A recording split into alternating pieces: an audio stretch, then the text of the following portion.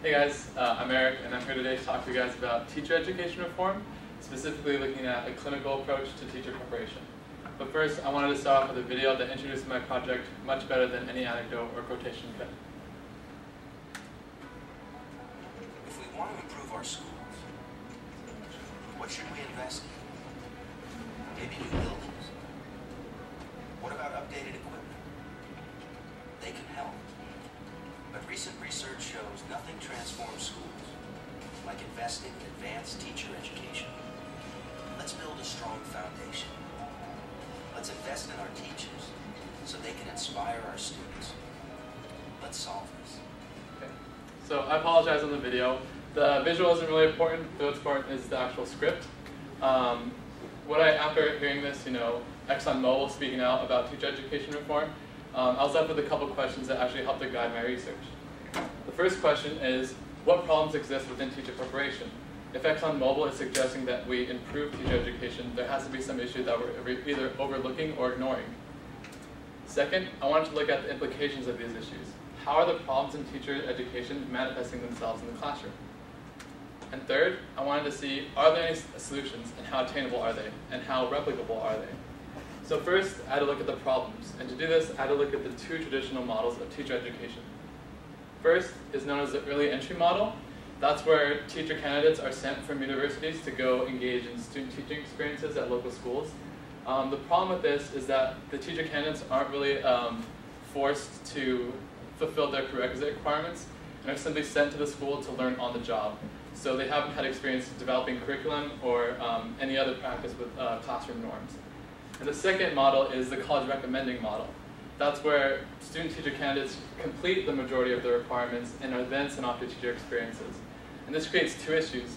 The first is that the cohesion between the curriculum that they receive at the university and their practice at local schools isn't cohesive. It's not taught at the same time, and they can't implement them concurrently.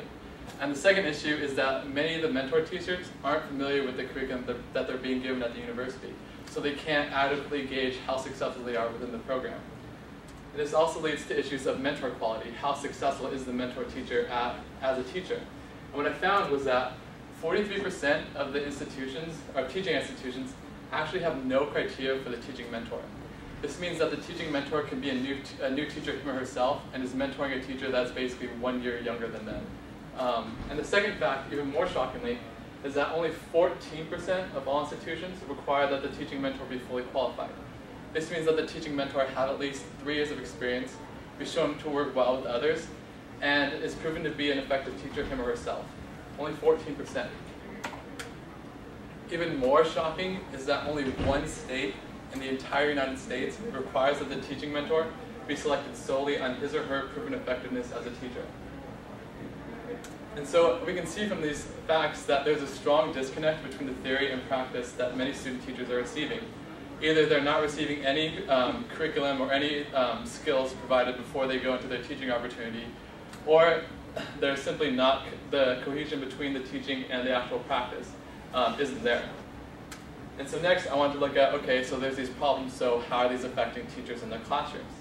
And what I found is that the most profound effect is on first-year teachers. If we look at this graph about first-year teaching, we can see that there's specific phases that first-year teachers go over the course of a school year. We see the anticipation phase, where first-year teachers enter the classroom excited and ready to make a change. They're naive to think that they can automatically come into community and have immediate impact on their students. However, after the first few months or so, they enter their survival phase, where the actual real-world problems of the classroom actually come at them. They find difficulty developing curriculum, taking attendance, and the stress of these factors actually causes them to cover less than a full year's worth of curriculum. And what that's seen in their students is that they actually negatively impact their students' performance.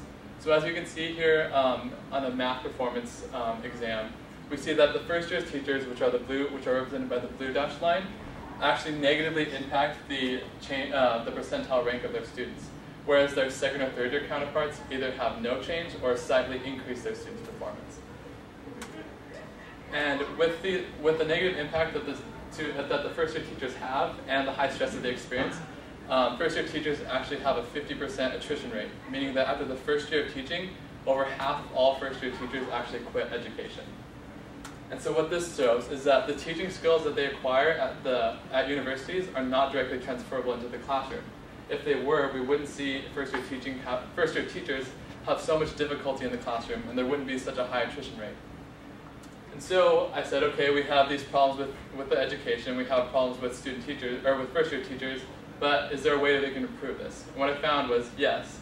And over the several models that I looked at, I found that the clinical model is actually the best one, personally. The clinical model is based on a clinical program that they use to teach medical students and nurses. And actually, when I reviewed a paper on this medical program, I found a quotation by Stephen Kermode, who's from Southern Cross University. He's a clinical professor there. And what he says is that the advantage of a clinical setting is that you can provide context to the skills and information that you learn. What this does is it bridges the gap between the content learned in university classrooms with the actual practice of student teaching, and actually allows the teacher to implement them both concurrently. So they're able to learn a new skill or learn a new way to deliver curriculum and then immediately apply it. And a program that does this really well is the Boston Teacher Residency Program out of Boston, Massachusetts. It's a graduate level teaching program at the University of Boston, Massachusetts that actually has a few requirements. The first is that the student teacher actually engage in a one-year apprenticeship in the Boston Public School District. And there they are involved in collaborative learning environments in which they co-teach with their mentors. And over the course of the year, they gradually gain more and more responsibilities. In addition to their 4 days of student teaching a week, they're also required to do 1.5 days of graduate level coursework and seminars in order to gain more knowledge and improve their teaching style. And finally, after they're done with this year, they're actually graduate with a master's degree in education from the University of Boston, Massachusetts. And so after I found this, I said, great, but what effect is it having on first-year teachers and teachers in general? What I found is that 80% of all BTR graduates stay in their public school after the first year, which is 30% higher than the national attrition rate. That means that only 2 people out of every 10 graduates are leaving, which is good. It means that the teachers are feeling more comfortable in the classroom. Second, I found that 55% of all BTR graduates teach math or science, which are 2 subjects that the US is continually underperformed on a global scale. Third, I found that 93% of all principals said that they found BTR graduates to either perform the same as or better than peers with the same experience. And finally, 97% of principals said that they would recommend hiring a BTR graduate to their peers. And I really like this quotation from Michelle Boyers, who is the former human resources from BPS schools. And she said that you can really tell that the new teachers because they're scared to death. She said, but also when you look at other teachers, you can see that you can tell which ones are from BTR because they're on a whole different level. So what she's saying here is when you walk through a typical public school, you can always tell who the new teachers are because they're timid and scared.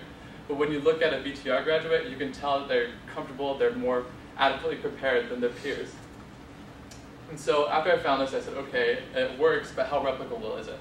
And I found that it is replicable, but to an extent.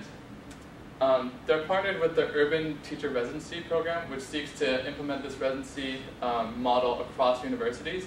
However, they run into some issues because of funding. Basically, you have to pay the teachers in the schools a large amount of money for the time and the resources that they provide.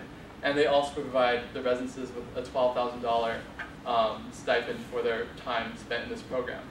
However, with this issue, it still gets to the core of the benefits that can be experienced if you provide a more cohesive relationship between universities and the school programs that they are sending teachers to.